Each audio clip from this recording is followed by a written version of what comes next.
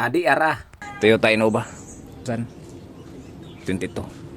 Bagong-bago pa to. Kaedad ko lang to. Ito, papalitan natin ng steering fluid. Tapos dito, palitan natin ng brake fluid. Palitan natin ng fuel filter, change oil. Tapos palitan natin ng dry belt. Kuan, mag-brake cleaning na rin tayo, 4. Tapos kung kailangan palitan ng brake pad or brakes yun, papalitan. Tapos cabin filter. Okay.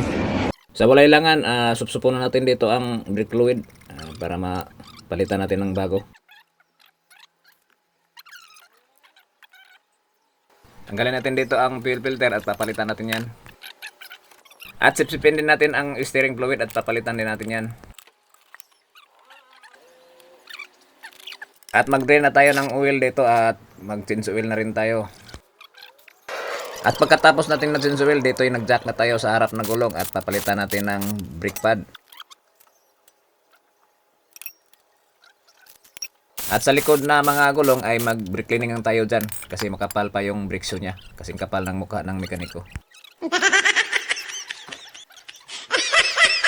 At pagkatapos nating nagawa ang mga jaborder ay nagising-gising na dito ang may-ari. Kumbati!